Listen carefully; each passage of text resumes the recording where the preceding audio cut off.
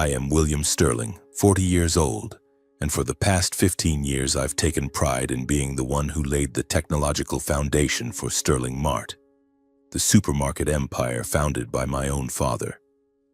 From a rudimentary retail system, I transformed it into an integrated management platform, seamlessly operating over 40 supermarkets across 3 states. But as it turns out, in my father's eyes, I was nothing more than an overpaid name on the payroll. That day, I walked into the boardroom on the 12th floor as usual.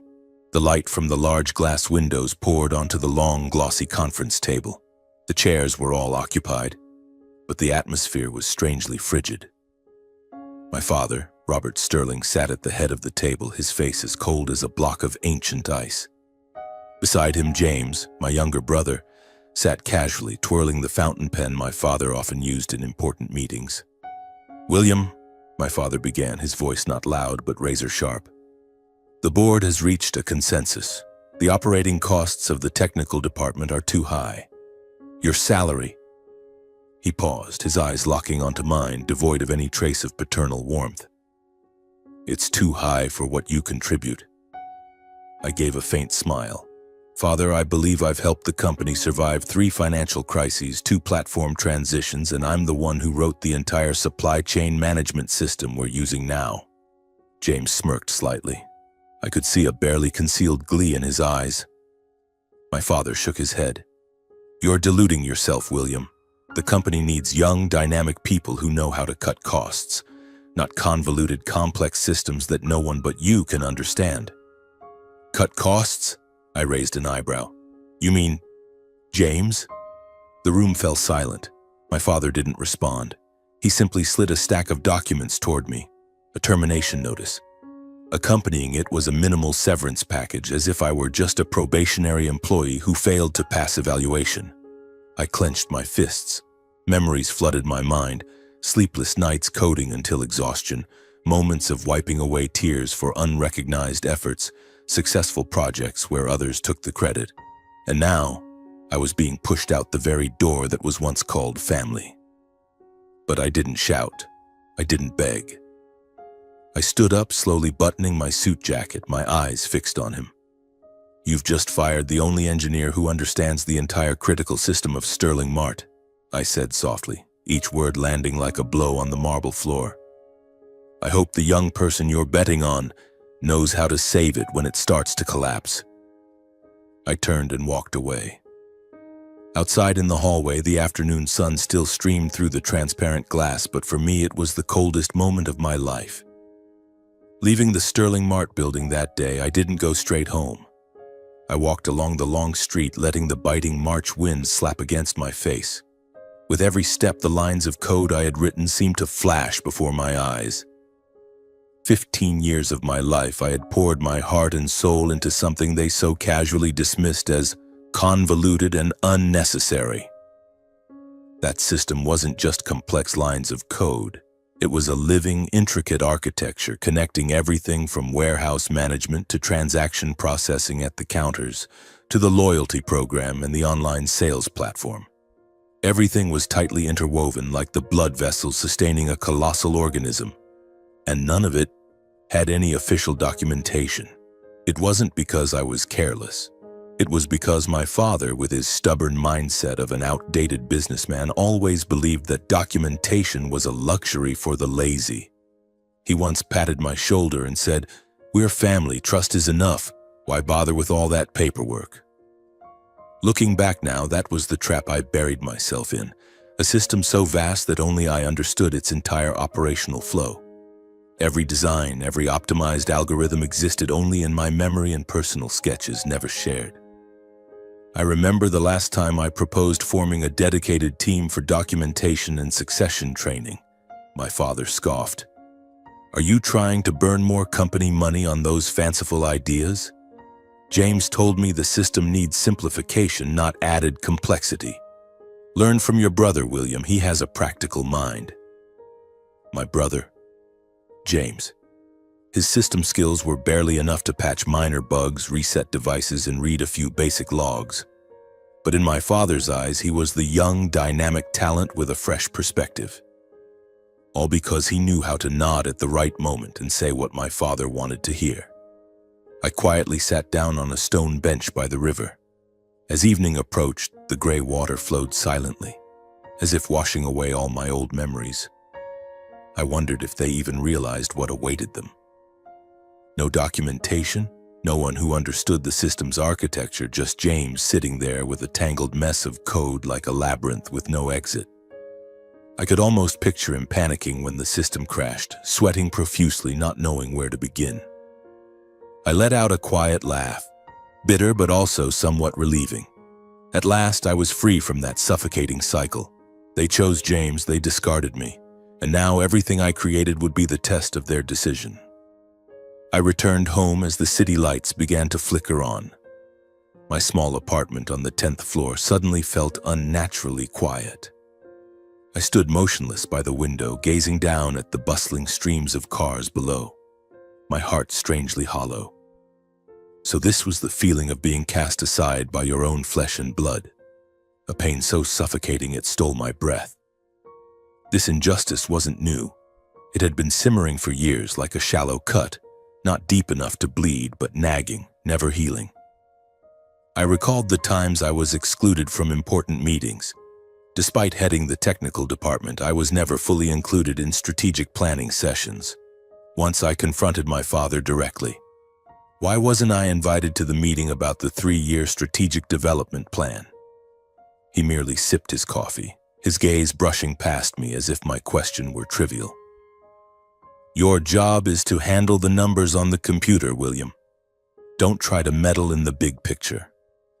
Meanwhile, James was paraded around by our father. From cocktail parties with major partners to tech conferences where he couldn't even deliver a coherent speech, my father introduced him with pride.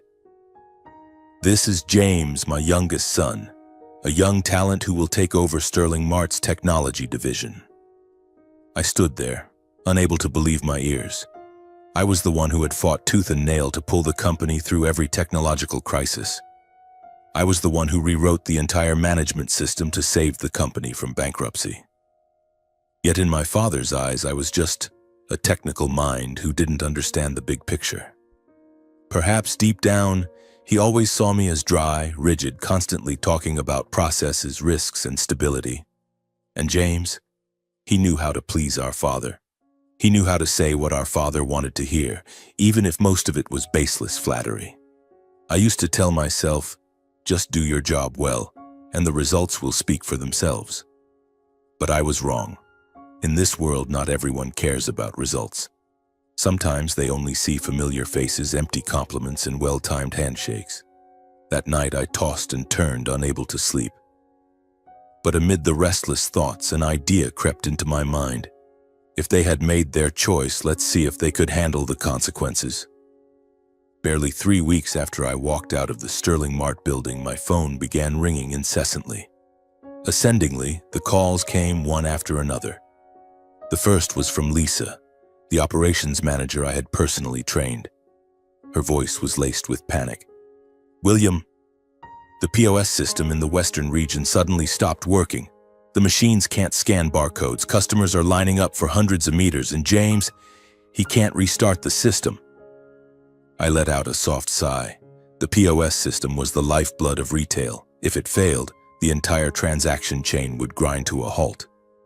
But I only replied calmly, Sorry, Lisa, I'm no longer responsible for that. I thought it was just a one-off issue, but no, the real nightmare was only beginning. The next day, 2 major supermarkets reported inventory management errors. Stock wasn't updating, online orders were stuck. Customers were told items were out of stock while piles of goods sat gathering dust in cold storage. I heard stories of store managers personally inspecting every crate, recording inventory by hand like we were back in the Stone Age.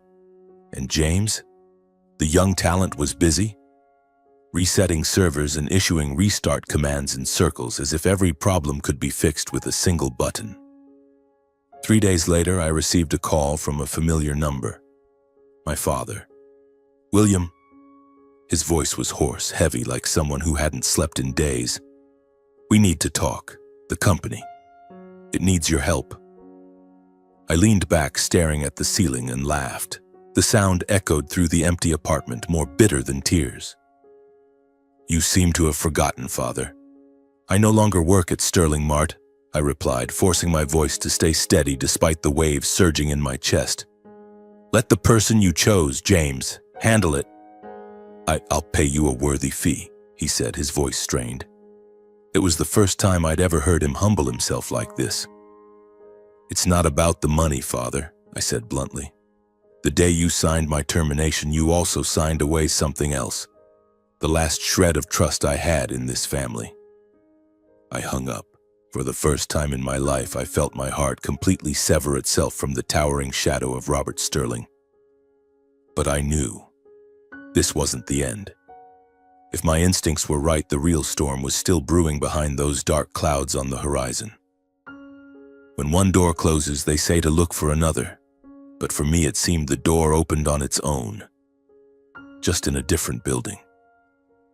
3 days after my final call with my father, I received an email from Rachel Morgan, the HR director of Horizon Retail, the largest rival chain that Sterling Mart had always regarded with caution. The subject line was brief: "William, we need you." I sat frozen in front of the screen, rereading every word in that email. A direct offer accompanied by a promise. A 25% higher salary, full autonomy to redesign the entire technical infrastructure, and a team of personnel I could handpick. 3 hours later, I was in Rachel's office. Without beating around the bush, she looked me straight in the eye, her gaze sharp behind her thin-framed glasses. "We've been watching Sterling Mart for a long time. When we heard they were foolish enough to let you go, I only had one question. When are you ready to start?" I smiled, a rare smile after weeks of exhaustion. "Right now," I replied. The work at Horizon was exactly as they had promised. I no longer had to convince anyone of the value of sustainability or the importance of documentation. Horizon's leadership understood that a retail empire couldn't stand on a foundation of carelessness. I set out to build a new system from the ground up. This time, I did everything right from the start. Every line of code came with accompanying documentation. Every change was rigorously tested. The concept of "only I understand the system" no longer existed. I recruited young, ambitious engineers not to grind them down with work, but to teach them, to help them deeply understand what they were building. I held weekly workshops and even wrote a dedicated manual on optimized retail management systems, something Sterling Mart had never valued. Each passing day felt like I was creating something truly solid, not just to prove my father wrong, but to prove to myself I could start over from scratch and do better than ever before. But just as I thought things were falling into place, an urgent message from Rachel arrived late one rainy afternoon. "Greenway Foods is threatening to terminate their contract with Sterling Mart. They're looking for a new partner to manage their entire supply chain. Do you think we can seize this opportunity?" I stared at the screen. A golden opportunity was unfolding before me, not because I wanted to bury Sterling Mart, but because this was a chance to prove that sometimes letting go is the beginning of something greater.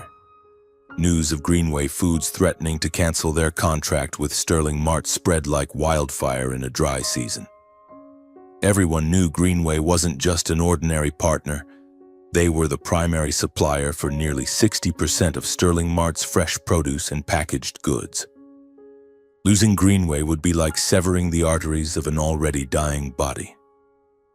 I didn't need to imagine what my father and James were going through. The boardroom must have been thick with the stench of crisis, heated arguments, and James sweating, stammering excuses for system failures he was utterly powerless to fix. What surprised me was that Greenway reached out to Horizon Retail just one day after announcing their intent to end their partnership with Sterling Mart. Rachel was the one to break the news, her smile barely concealing her excitement. "William, they want to meet you. Greenway's operations director specifically requested you." That afternoon, I was in Horizon's 18th floor boardroom. No need for theatrics or lengthy presentations. Anderson Grant, Greenway's operations director, looked me in the eye and said, "We've reviewed everything. Sterling Mart can no longer meet our requirements. They've lost control of inventory, deliveries are wrong, their customer loyalty system is paralyzed. We need a partner who can handle large-scale transactions with no room for error. Can you do it, William? I didn't hesitate. I can do more than that. I guarantee that within 10 weeks, Horizon will have a system ready to handle Greenway's entire transaction volume. And this time, it will have no single point of failure. He crossed his arms, a glint of satisfaction in his eyes. What assures me history won't repeat itself. I smiled and pulled from my pocket a plan I had prepared in advance, a step-by-step system transition blueprint, every process documented, every team member fully trained, and the entire infrastructure designed with distributed fault tolerance. I don't repeat history, Mr. Grant. I rewrite it. 3 days later, Horizon signed a multi-million-dollar supply chain management contract with Greenway Foods. And on that same day, Sterling Mart's market value plummeted uncontrollably. But I knew this game wasn't over yet. Within just 3 months of signing the historic contract with Greenway Foods, Horizon Retail swiftly overtook Sterling Mart, becoming the fastest-growing supermarket chain in the region. In stark contrast, Sterling Mart sank deeper into crisis. Its supply chain was in chaos, the inventory management system was paralyzed, and numerous supermarkets were forced to temporarily close due to insufficient stock. The breaking point came when Sterling Mart lost an entire quarter's worth of transaction data due to a system failure, sending its stock prices into a relentless freefall. Under immense pressure from shareholders, Sterling Mart's board of directors was forced to consider selling the conglomerate to salvage what little remained. And the entity leading the negotiations was none other than Horizon Retail. I was personally invited by Rachel Morgan, Horizon's HR director, to join the negotiation team. The talks stretched over 3 grueling weeks.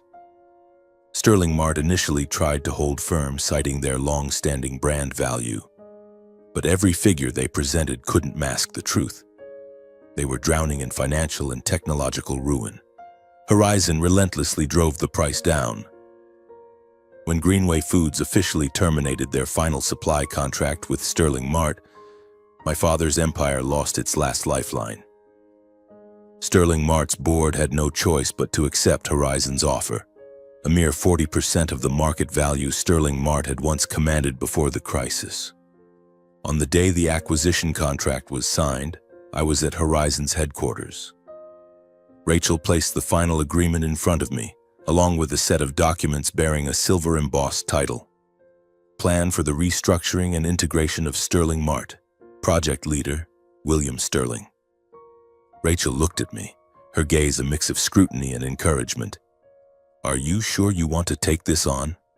After all, it's still your family. I responded without hesitation. My family made their choice, Rachel, and now it's my turn. The day I stepped back into Sterling Mart's old headquarters, it didn't feel like the return of a victor. There was only a quiet emptiness seeping into my heart. My father was there, visibly aged in just a few months. The once proud man who had dominated the retail industry now sat shrunken, silent behind the large conference table. James stood beside him, head bowed, his face pale as if he'd just been handed a death sentence. There were no formalities, no polite exchanges. I walked in, back straight, and spoke with cold clarity. As of today, Sterling Mart is officially part of Horizon Retail. I will lead the restructuring process. And this time, we'll do it the right way. No budget cuts, no personal favoritism. Everyone, including James, will start from zero. My father made a feeble attempt to salvage his last shred of pride. He opened his mouth to protest, but ended up only nodding faintly as if words had lost all meaning. I concluded the meeting with a statement devoid of malice, merely the final affirmation of a man fulfilling his role. Sterling Mart was once a point of pride, but it's also been a costly lesson for us all. Any empire built on favoritism and arrogance is doomed to collapse. Looking at my father in that moment for the first time in my life, I no longer felt small in his presence. Within just 1 year under Horizon's leadership, Sterling Mart, now a subsidiary brand, underwent a complete transformation. The new technological system I built ran as smoothly as a well-oiled machine. Every link in the chain, from warehouse to checkout counter, from supply chain to loyalty program, operated with precision and efficiency. No more emergency late-night shifts to fix system crashes. No more desperate calls in the dead of night begging for someone to save the situation. Horizon's revenue skyrocketed, dominating the regional retail market share in less than 12 months. Horizon officially became the leading retail supermarket chain, a position Sterling Mart had once held but lost due to its own arrogance and obstinacy. One late afternoon, I received a call from my father. His voice no longer carried the pride of old, replaced instead by an unfamiliar quietness. "William, can I see you?" I agreed. We met at a small cafe, the same one I used to take my mother to every weekend before she passed away. The sight of my father sitting there in an outdated suit, his hands clasped together on the table, tugged at my heart. He looked at me for a long time before speaking slowly. I'm sorry. For being blind, for not seeing that you deserved so much more than this. For the first time in my life, the man who had always stood above everyone lowered his head and admitted his mistake to me. I stayed silent for a moment before responding softly. "I don't need an apology. I only hope you understand that. No success can be built on favoritism or personal ego. If you truly want to change, start with James." He looked up, his eyes tinged with sadness but also a hint of relief. "I know. He needs to learn everything anew. Can you help him?" I nodded, but not as a brother, as a teacher, and only if he's willing to start from zero. A few months later, I officially launched the Retail Engineer Training Program, open to all young people with ambition but limited access to advanced technology in the retail industry. James was one of the first to enroll. I didn't treat him as my brother, nor did I dwell on the past. I taught him what was necessary, with the same strictness and fairness I showed every other trainee. A year later, James graduated from the program with decent results. He came to see me, his eyes filled with an understanding I'd never seen in him before. "Thank you," James said. "I used to think I knew everything, but it turns out I knew nothing at all." I gave him a light pat on the shoulder. "What matters isn't how wrong you were. It's that you've now learned to stand up the right way." Looking back on it all, I realized I never truly needed an apology or recognition. What I needed was my own growth and the growth of those around me, and I had achieved both. The greatest success sometimes doesn't lie in defeating those who once hurt us. It lies in standing up, moving forward, and letting the results speak for themselves.